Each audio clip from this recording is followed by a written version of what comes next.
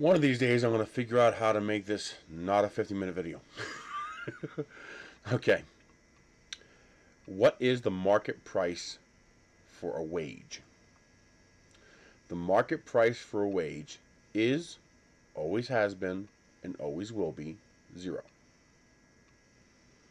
Because business will always drive wages as close to zero as they possibly can. The only wages that are affected by market forces are wages for skill sets that are in limited supply. If you want a neurosurgeon, well, that's a really hard skill set to get. So very, very few people have that skill set. So you're going to have to pay for it. Same with nuclear engineer. Same with, astronaut. Any kind of extraordinarily limited skill set is going to have a high demand because it's difficult to get. It's why gold is worth anything. It's why, well, diamonds is a whole other story, but it's why precious metals are worth anything. They're hard to get. No Tom, Dick, and Harry can just crank out 1 million tons of them like we can plastic. Plastic is commonplace, so it's dirt cheap. Silicone is commonplace, so it's dirt cheap. So what we're talking about, however, is base wage. What is the market value of base wage? Zero. It's $0. Without either the threat of violence with revolt or the threat of violence from a government, wages will always be driven to zero. So the only way to stop that is by having a balancing force. The balancing force in this case is supposed to be the government. One of their duties in the Constitution is to provide for the common good. And if your people are slaves and starving, you're not providing for the common good. Because remember, market value for wage is always zero. So what is the cost of a wage? Well, there is no cost of a wage. There's superfluous costs, training and stuff like that.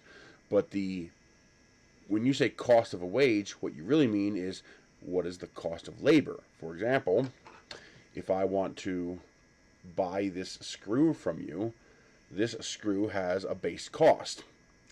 And you're not allowed to go below that base cost because then I'm not making any money. So if you want my screw, you have to pay my price. Now, if I have a decent amount of profit built into that screw, my price can be flexible, but it can only be so flexible. My objective is not to break even. My objective is to make a profit so that I can survive, so I can live. So what happens when we get to the point where the price can't go any lower because you would then cut into my ability to survive selling you the screws? Well, your choice is simple. You can either buy it from somebody else who's figured out how to make the screws cheaper than I can. This is one of the reasons why we should not be allowing economies such as the U.S. and China to mix, because that's a whole other video on its own. It's bad. It should not be happening. That's the whole point of tariffs. The whole point of tariffs is to stop that. But ignoring that, your choice is find someone else who can make them cheaper than I can, or make them yourself. And for a lot of companies, it's exactly what they do. McDonald's has its own factories, its own suppliers, its own sources for a lot of stuff because it makes it cheaper. But if you want my screws, you've got to pay me for my screws. So, do you have a right to use the government's monopoly on violence to force me to give you my screws for less than what it costs me to make them? Do you have the right to force me to do that? Of course not. What about your electricity? What about your napkins? What about your cleaning supplies, your lease, your power, your water, your sewer? Do you have the right to force those suppliers to take less than their cost for power? We're not talking about gouging. We're not talking about like, haha, you need my screws and I'm the only supplier. Yeah, you're paying me $10 a screw. That's different. Okay? We're assuming reasonable prices here. Do you have the right to force those suppliers to take less than cost for what they're offering? Not negotiating. Because negotiating is assuming we're above cost. Like the screw costs me $1 to make, I'm selling the screw for $2. So I make $1 off each screw. And you go, well, can you do it for $1.50? You still make 50 cents a screw, and I'll buy 1 million screws from you. Well, I go, well, yeah. That's not bad. I'm making half the money, but I get, $500,000 right now in profit.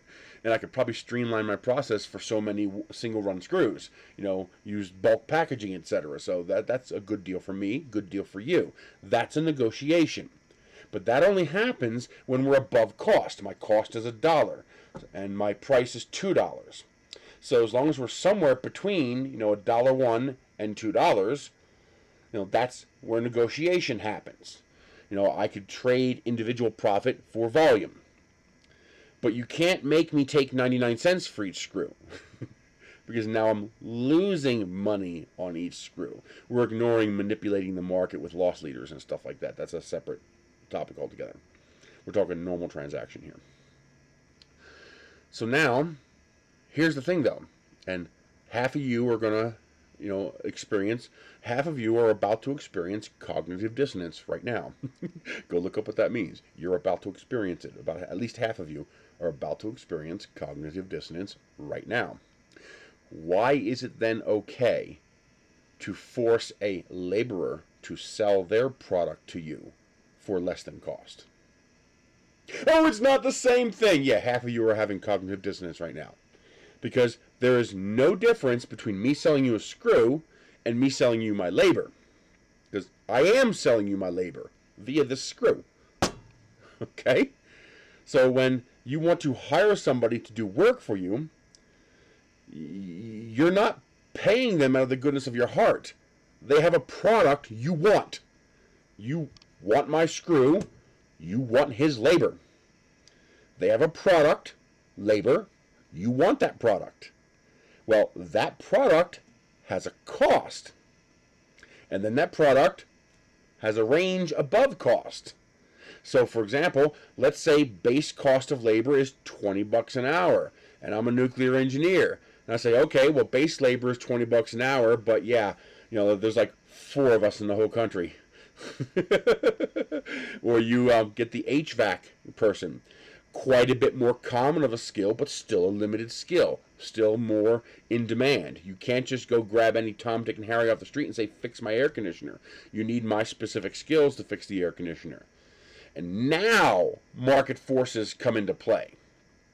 As multiple HVAC providers all figure out what they can get away with charging. That's the balance, okay? But it all starts above cost. When you're above cost, $2 for the $1 screw, you can negotiate that buffer. But for some reason, for some strange reason, basic low-skilled labor, because there's no such thing as no-skilled labor. Anybody who says, well, get a skill is a moron, because there's no such thing as no-skill labor. There's very simple low-skill labor, but it all requires some level of skill. It's just, emptying a trash can is an extremely low level of skill that I can teach almost anybody. There are people who can't do that. So it's a matter of how difficult is that skill to get and how easy it is for me to replace you. And we're going to get into that later too. I feel like I want to sneeze. So,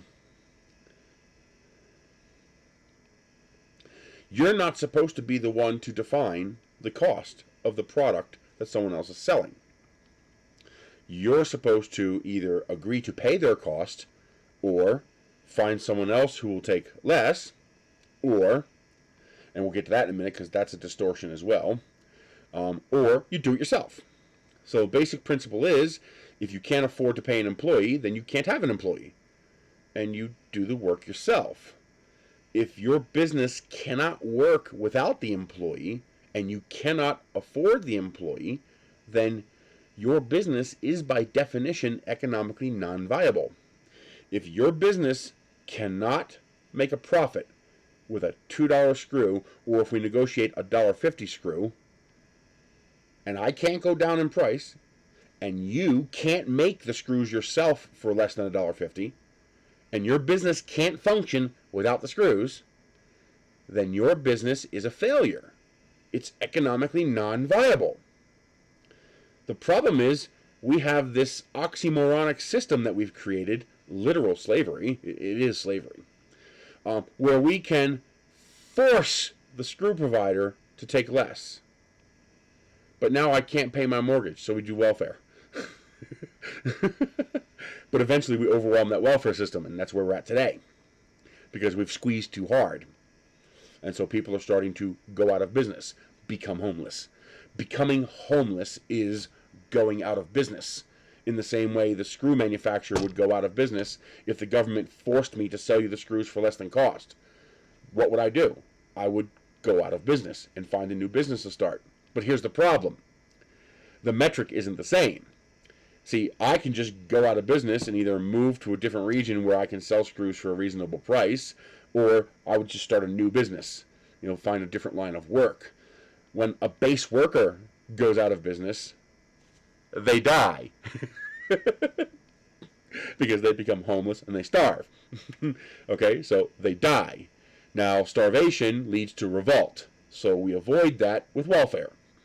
But that only works to a certain extent, and that whole system is starting to break down because we're going up that exponential curve, and you can't climb to infinity. So you can only band-aid that system for so long.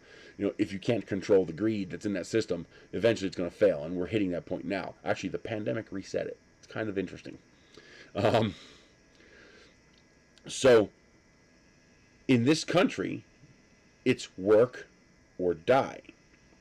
There's no middle ground. There are exceptions. So your parents might support you, or an angel might support you. Think of like an angel investor or sugar daddy. Okay, that kind of thing. Sugar mama, sugar daddy, that kind of stuff. Where you live on someone else's income. And that's an exception that only applies to a tiny microscopic portion of the population. It doesn't apply to the bulk. To the bulk, when you look at the population as a whole, it's work or die. So when you say, well, you agree to a lower wage, no, you don't. Because an agreement requires, what's the word for it? An agreement has to be voluntary. You can't be coerced into an agreement.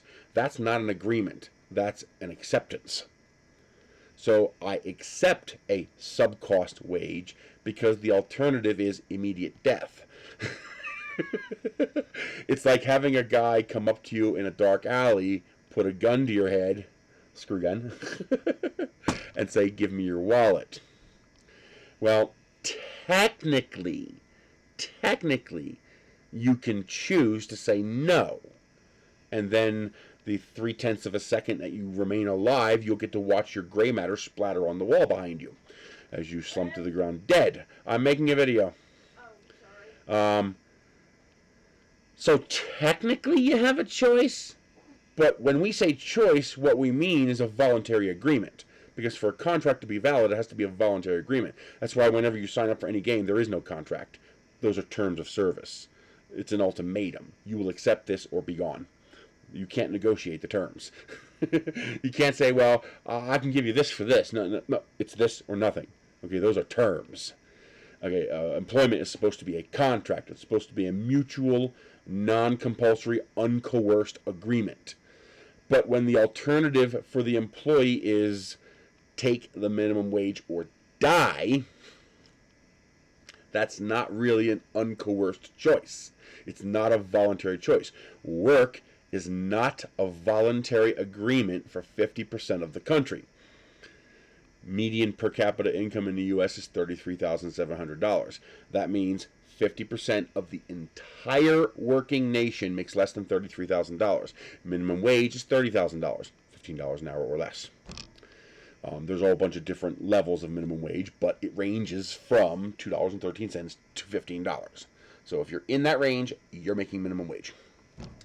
$2.13 being tip wage, which is illegal in itself. That's theft. That's a whole nother video. So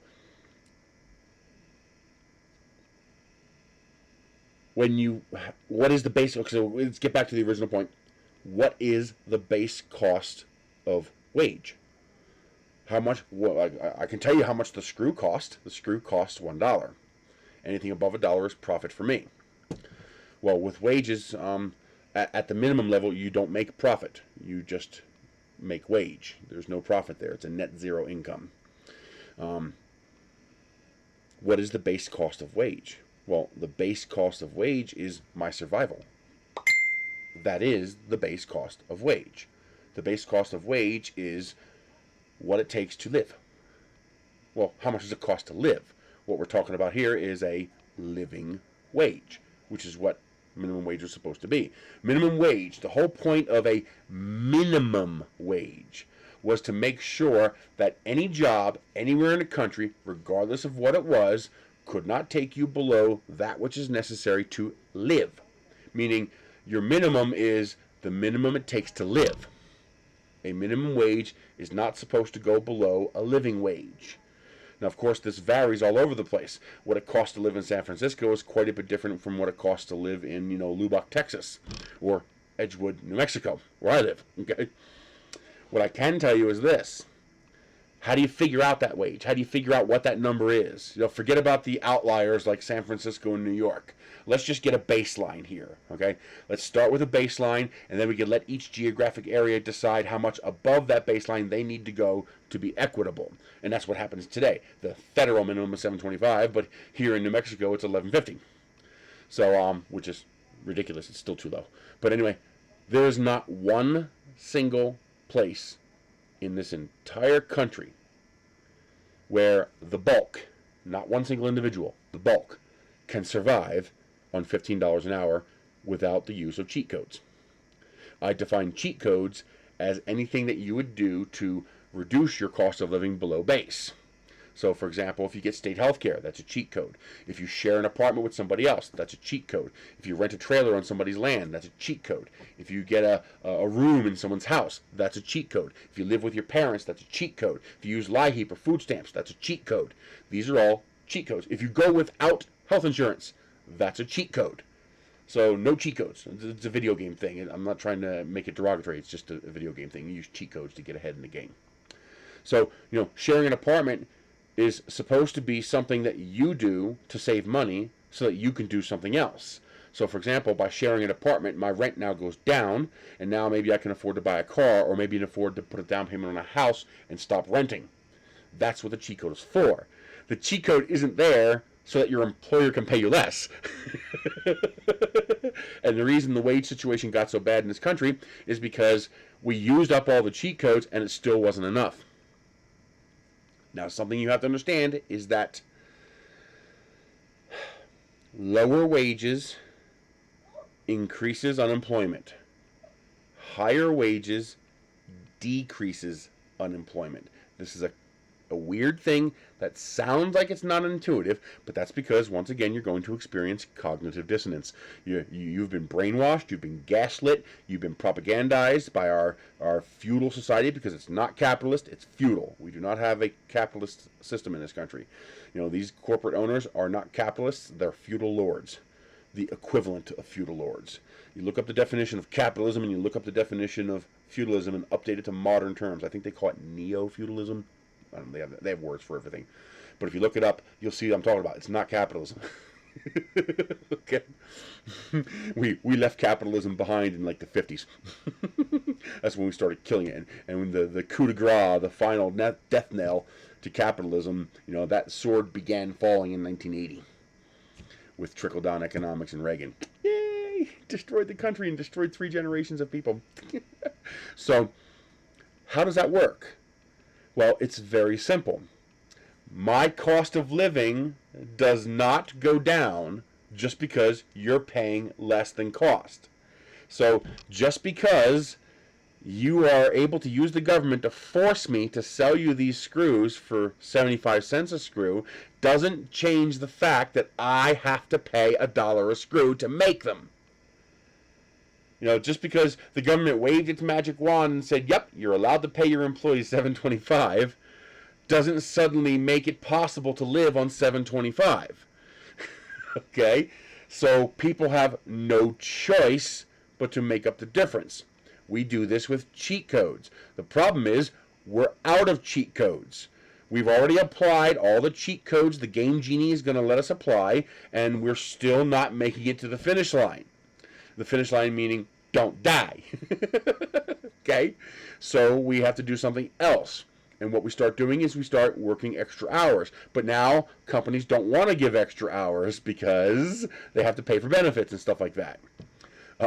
So what we do is we get multiple jobs. Have fun juggling that. A lot of places want you on call exclusive. And yet they only give you 25 hours, 30 hours. And they wonder why people quit. 4.5 million people quit in November. Good for them. Fuck the companies.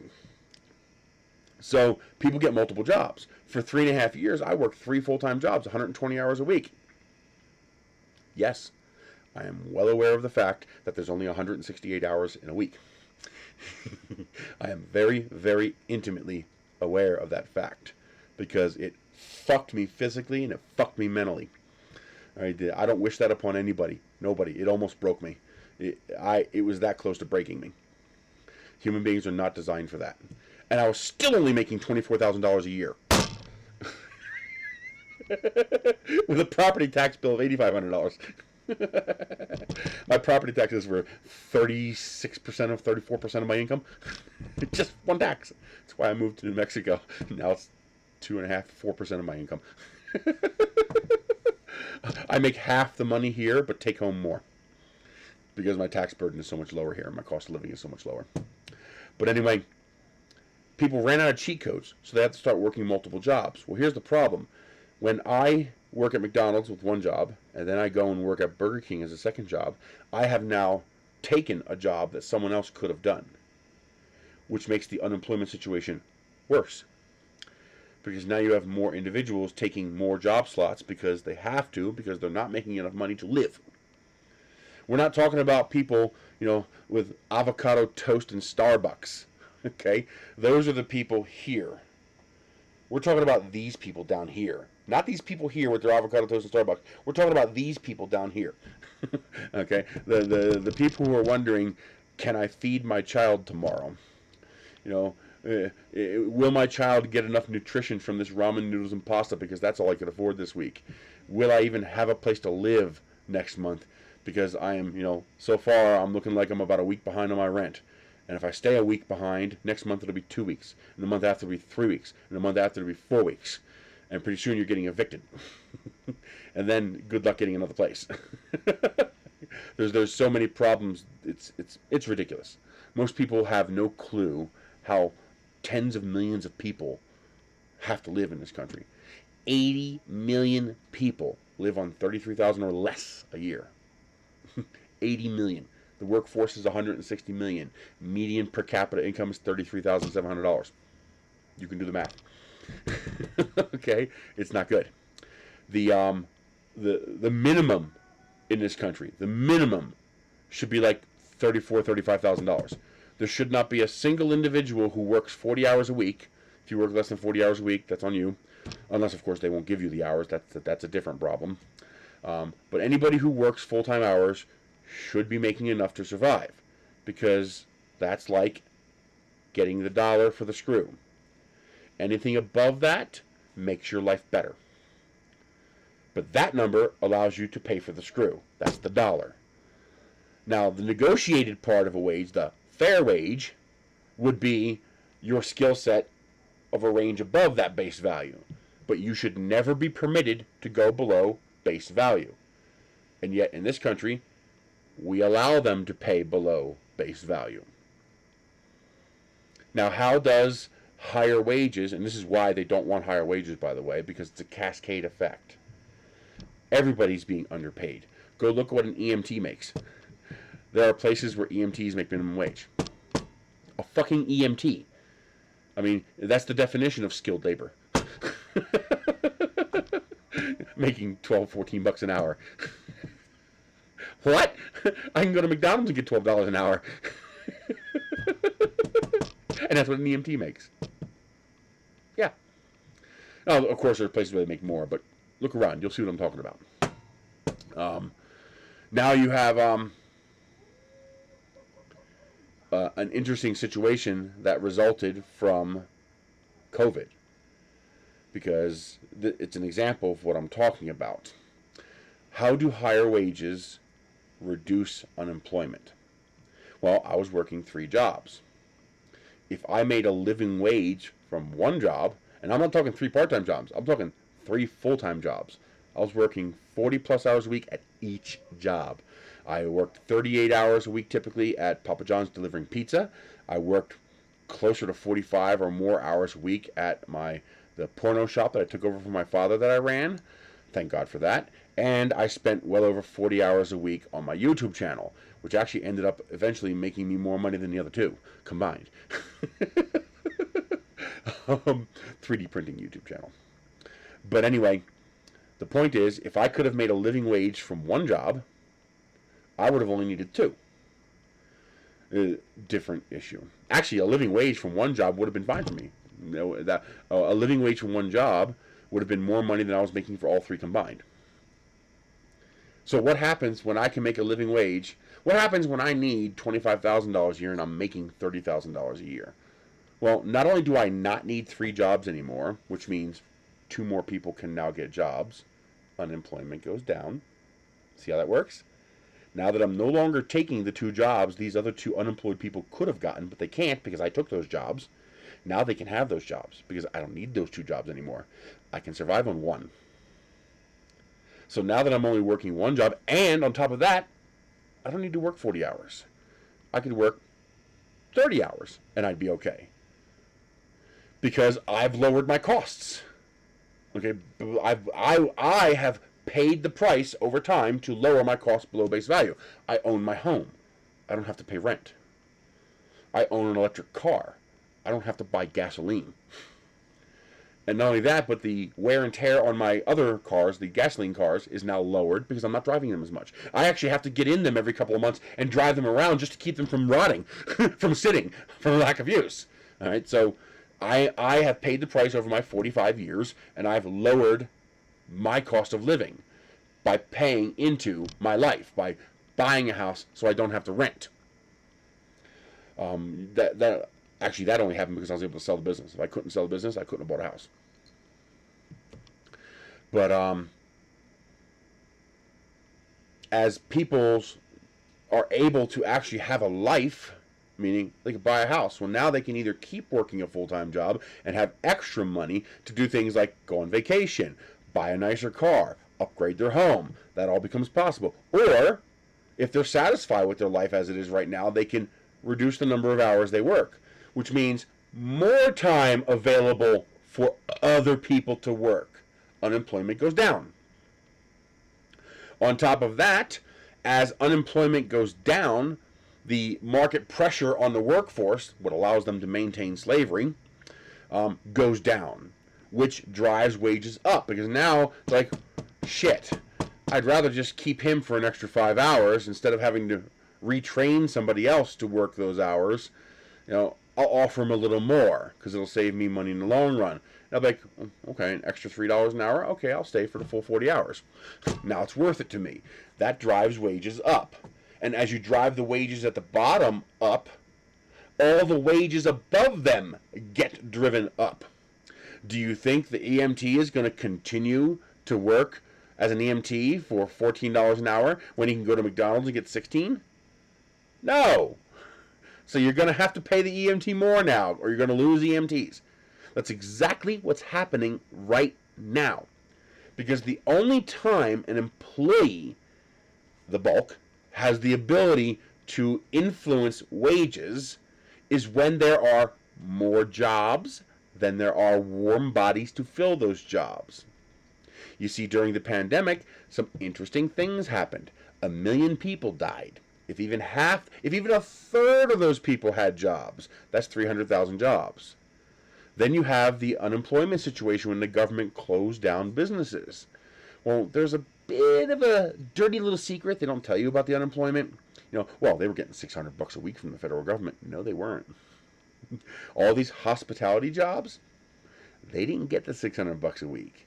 You see, most of these people were making less than an effective $6.67 an hour for a 30-hour work week because they were part-time, and a lot of them were tipped. So, like, for example, if you deliver pizza in Bensalem, Pennsylvania for Papa John's or any other pizza shop in the area, it's not just Papa John's, it's all of them, you're getting paid $4 to $4.50 an hour.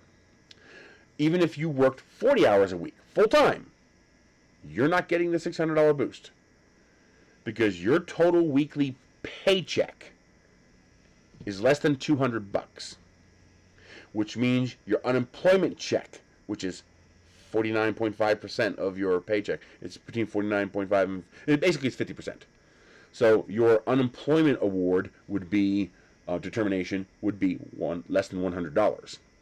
And the dirty little secret is if you got awarded less than $100 from the state, you did not qualify for the federal boost. Period. You didn't qualify. So, for example, I applied this past year, since the POA thing allowed me to. My determination amount was $73 a week. I didn't even bother finishing the process because I wouldn't get the federal boost, and what the fuck am I going to do with $73 a week? There's no point. It's a waste of time and effort to even mess with it. I found other work. But the point is, when the economy was closed and people could not just go get another job, a simple job, like at a restaurant because they were closed, they had no choice but to find an alternative because they weren't going to get the federal boost, and even if they bothered to finish applying for unemployment, they wouldn't get enough to even buy food. And because you're on unemployment, you're probably not going to get food stamps, at least not by the time you don't starve to death. So these people had no choice, millions and millions of people had no choice but to find another way to make enough money to live. So they became self-employed. They went to DoorDash, they went to Lyft, they went to Uber Eats, they went to Etsy, they went to Arbitrage, they went to eBay, they went to YouTube, they went to Twitch, they went to OnlyFans. Whatever they did, they started a local business, cutting people's yards, making crafts and stuff like that they can sell, growing food they can sell. I mean, I've got multiple jars of vanilla that I'm going to be selling in 2 years. A little side hustle I'm starting on.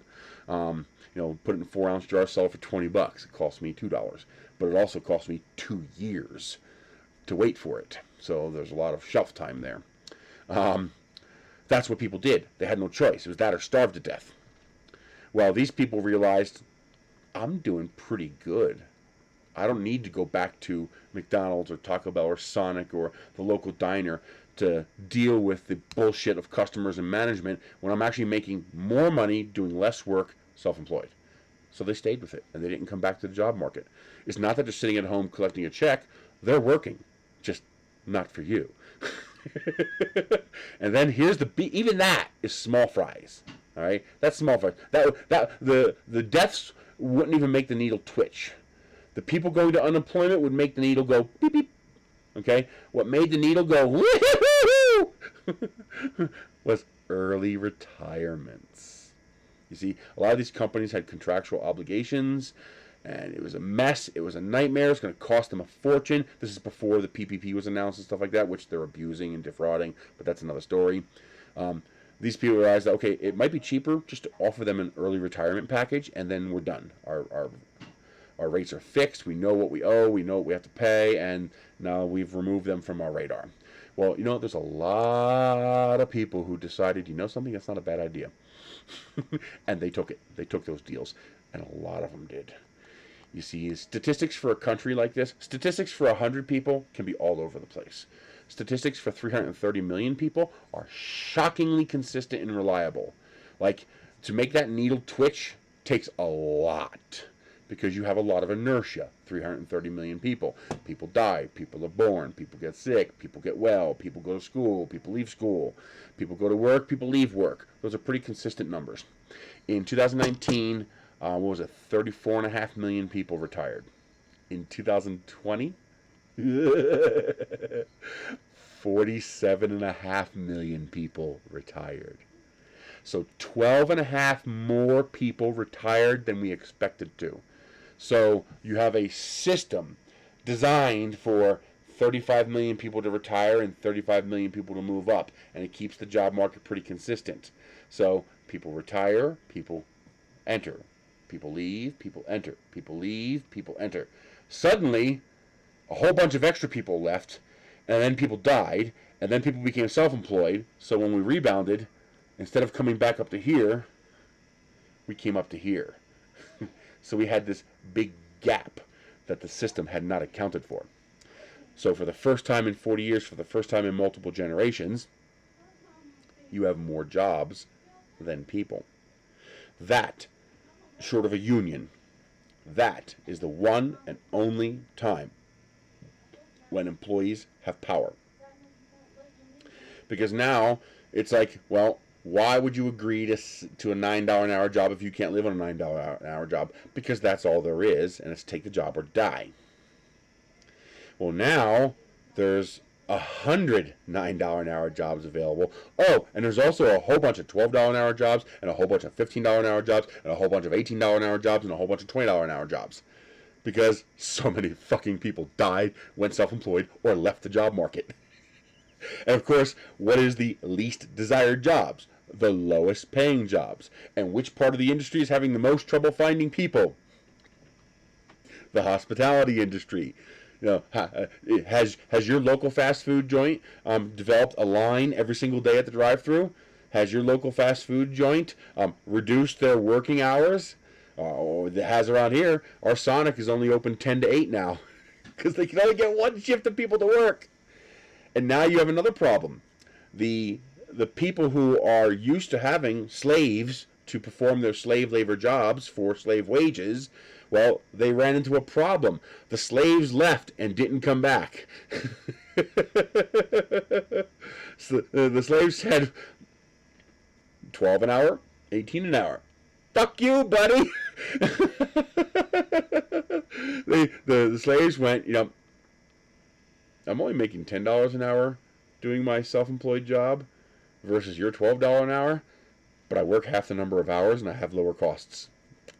I'm going to keep doing this, and I can control my self-employment. So if I work harder, I can make more. No matter how hard you work at a hospitality job, you'll never make more. You know, any of you guys who are working fast food who make minimum wage, what was your last raise? A nickel? 10 cents if you were lucky? Well, if your raise isn't 3 to 4% per year, you're getting a pay cut. That's right, you're getting a pay cut. If your raise isn't at least 70 or 80 cents per year, and that number goes up every year, you're getting a pay cut. So if you're getting paid $12 an hour and next year they say you're getting paid $12.50 an hour, you did not get a 50-cent raise. You got a 30-cent cut because your $12.50 is now only worth $11.70. I'm making up numbers, but you get my point. The point is the rate of inflation is greater than your raise, which means you're actually getting a pay cut. That's how we come to the conclusion that people are being paid less today than they were 40 years ago, because we're not keeping up with inflation. So costs go up, but your pay does not, or your pay goes up by a smaller amount.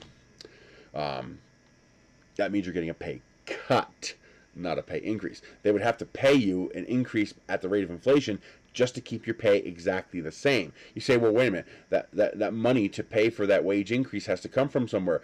Have you looked at the prices of the products your company is selling? They are increasing their prices at or better than the rate of inflation. You know, McDonald's Big Mac meal is 170% more expensive today than it was in 1980. Did you know that? 169% more expensive. A Big Mac meal today is over $14. Now, you're probably thinking, bullshit. A Big Mac meal in 1980 was $2.48. Some people are quoting me $2.59, but that's an average for the whole 80s. I'm talking about 1980. Each year it gets more. Okay, price goes up. I'm talking about 1980, not the 80s. So the fulcrum point I'm using is 1980. I'm not using the whole decade. So $2.48. Adjust that for inflation. $8.32. How much is a Big Mac meal today? At my local McDonald's here in Edgewood, it's $8.16. So you might be thinking, wait a minute, that's less than the rate of inflation, so it's less than 100%. Nope. First, that Big Mac meal is a medium. The $2.48 Big Mac meal in 1980 was a large. So you have to pay the large upcharge. That's about $10 with tax. Okay? Oh, but there's more. Your drink is smaller. Yeah, see, in 1980 it was 32 ounces. Now it's 30 ounces. So they took 2 ounces from the drink. Shrinking what you get is the same thing as raising the price. If you get a pound for $1, and now you get half a pound for $1, it's $2 a pound. The price has doubled because you're getting half the amount, so you have to buy twice as much to get the same thing. So the price is doubled. So your drink got smaller, but your price didn't get smaller. And then, oh, here's the killer. I didn't even realize this till today. How much meat is on that sandwich? I'll tell you, it's a 10-1 patty, and you get 2 of them. They're 1.6 ounces each. That's 3.2 ounces of meat. Let's not even talk about the fact that what used to be high-quality ground beef is now not fit for human consumption meat. Literally, meat that is illegal to feed you until they chemically process it with some nasty, harsh chemicals. There was just a court case that chef guy got sued by McDonald's, and the chef won. It's crazy. Look it up. I don't eat Big Macs anymore. I don't go to McDonald's if I can help it. Nope, not anymore. I still get drinks because $1 for a drink is not a bad deal.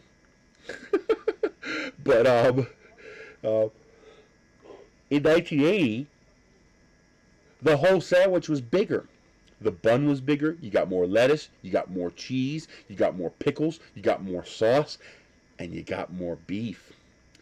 The original Big Mac was 2/4 of meat. That's 2 pre-cooked, before cooking, 1/4 pounds of meat. So your double 1/4 pounder at McDonald's, that used to be the amount of meat you got on a Big Mac. So they've shrank the meat from 8 ounces to 3.2 ounces. How many patties does it take to get you back to the 8 ounces? It takes 5. You get 2. So you would have to buy 3 more patties at $1.29 each plus tax in order to get back to the exact same sandwich you had in 1980, but that's not counting the fact that you're still getting less bread, less lettuce, less sauce, and less pickles, and less cheese on that sandwich as well. So if you were to actually attempt to buy what you got in 1980, it would cost you $14.18 here in New Mexico. If you have a state that has lower or no sales tax, it'll be less for you. But here in New Mexico, it's $14.18 to buy a 1980 Big Mac meal. And you're still getting, for that $14.80, you're getting 2 ounces less soda. You're getting probably less fries. I can't find any data on what the mass of the fries were in 1980 versus today. I don't know why. For some reason, that data doesn't exist, or at least I can't find it. My Google foo has failed me. No. So, quiet. So, your sandwich meat has shrunken, the bun has shrunken, the toppings have shrunken, the cheese has shrunken, the pickles have shrunk, and your soda has shrunk, and it's still costing you $14.18. If you adjust that for inflation, that's $4.19 in 1980, which is a 169% price increase over the original $2.48. Yet they're actually paying people less. Typical wage at McDonald's pre-pandemic was $2.98. Wait a minute, you say, no, it's typical wage is like $10 an hour. Adjust for inflation, just like we did the sandwich. $14.18 adjusts to $4.19 back in 1980, which allows us to compare it to the 1980 price of $2.48. Do the same thing with the wage. If you take the typical $10 an hour wage at McDonald's, it's a little higher now post-pandemic, but that's because the pandemic is messing things up.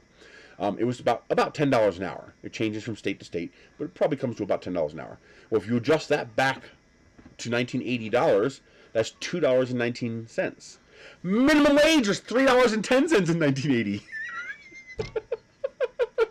So they're raising their prices at 120 to 170% the rate of inflation, but they lowered their wages in that same 40 years. They've lowered them so much it's now below minimum wage. Once you adjust for inflation, it's absolutely ridiculous, and we wonder why people are freaking out, and we wonder why businesses are freaking out, because businesses have built their entire operations around having slave labor available, and now the slave labor has left because there's better paying jobs available, which is why unemployment is at an all-time low. In 50 years, unemployment has never been this low. People aren't sitting at home collecting unemployment. All the bonuses are gone. They're history. People are finding better work because so many people died, switched to self-employment, or left the job market with early retirement that the rebound after we opened the economy back up wasn't enough to fill all the jobs, which means it's no longer an involuntary interaction anymore. Matter of fact, it's gotten so bad that employers are trying to wait it out. They're hoping the government will figure out a way to get the slaves back in line. Go collect all the slaves. Get what the police were created for. Go collect our missing slaves and bring them back to their slave jobs. So they're hoping the government will figure out a way to bring the slaves back. So they're trying to hold out to avoid having to pay people more. Well, these people working at Sonic should be making $35, $36 an hour. Well, that's insane. If you consider that minimum wage is $12 an hour, okay, they're being asked to do the job of 3 people. Well, if you want me to do 300% of the work, you're going to pay me 300% of the wage. 3 people, 3 wages. Okay, that's perfectly logical. You want 3 screws, you're going to pay for 3 screws. We don't do a buy one get 2 free here. No. Oh sure, buy one get 2 free. I'm tripling the price. And so they're basically working these people to the bone, like with whips, the remaining slaves they have, and people are saying fuck this, and they're quitting in mass. At or over 4 million people have left their jobs every single month since August. Near or over 4 million people, roughly 4 million people a month. It's like, well, where does 20 million people go? They don't. They go to different jobs that pay better, and when that job tries to fuck them, they quit, because we have more jobs than we have bodies to fill them. Which, for the first time in multiple generations, for the first time in at least 40 years, for the most part, it's a voluntary interaction. People actually have a choice. It's no longer work or die. There's now enough jobs available that I can say, fuck you, that job pays better and it's less work. And it's less hell and less strain. You don't think it's a hell? You think it's a starter job? I want to punch people in the face when they say that. I just want to beat them senseless when I hear people say that. Go sit in one of those fast food joints in a major city. Just go sit there for 3 or 4 hours. Read a book or something. It'll do you good to read a book. Or play on your laptop. Whatever. They usually have free Wi-Fi and outlets. Just watch the shit those employees have to deal with. I mean, they basically have to be multitasking demons. They have to clean, cook, prep, and deliver and everything all in one shot. And they have to be psychologists. Because if, that Karen comes up to the counter and that employee correctly tells that Karen to go fuck yourself, they'll get fired. So they got to play psychologist and try to appease the Karen without losing their job. And that's a lot of strain. It's a lot of stress. I don't ever want to do that job. I'll fucking panhandle before I do that job. Fuck that shit. I used to do it. And that's what's happening right now. And businesses don't know what to do about it. Because a lot of the businesses, if this continues, and I think it will, I don't think there's any way they can cheese this. The gap is too large. I don't think there's anything they can do to fuck with it. A lot of businesses are going to go under.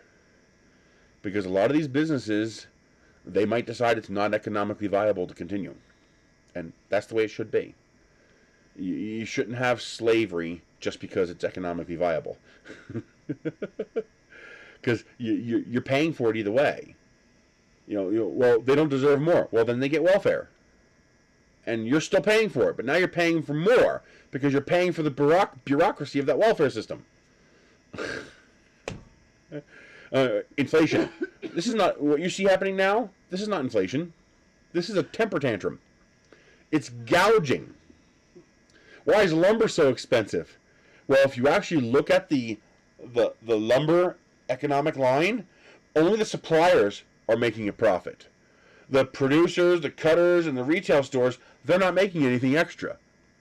It's not like the trees cost more, so the lumberjacks charge more, and the cutters, the mills charge more, and the suppliers, no, only the suppliers are charging more. And there's no shortage. Their lumber yards are full. They're manipulating the market and using inflation as an excuse. They're raking in millions.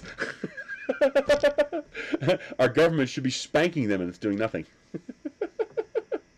People say, gas is 58% more expensive. No, gas is 11% more expensive because that's a worldwide commodity. Our local assholes can't fuck with that price too much. Well, it was $2 last year. If you want $2 gas again, start another pandemic that puts everybody in their houses, and you'll have $2 gas again. Or do you want to put your grown-up shorts on and talk like an adult and compare the price of gas today to the price of gas in 2019? When it was $2.60, and now it's $2.90 average.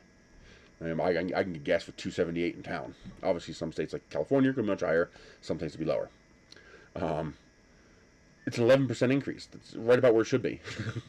There was a spike at the beginning of the year as we came out of the pandemic and people ramped up their driving, and the suppliers decided not to ramp up their production because they were going to make back the money they lost in 2020, one way or another.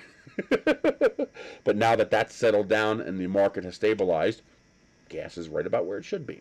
I would like it cheaper, but as far as market trends go, it's right about where it should be. So why does it cost, what was it, $17 for a 12-piece chicken dinners at KFC? I can still go to the grocery, I can still go to Walmart and get boneless, skinless chicken breasts for $1.99 a pound. So chicken hasn't gotten more expensive. They're just charging more. They're throwing a temper tantrum. They're trying to say, don't you dare raise those wages, because this is what's going to happen. Well, it's happening anyway. The wages didn't go up, and the price increases are still happening. McDonald's is paying their employees less now than they paid them in 1980, but their food is still 170% more expensive than it was 4 years ago.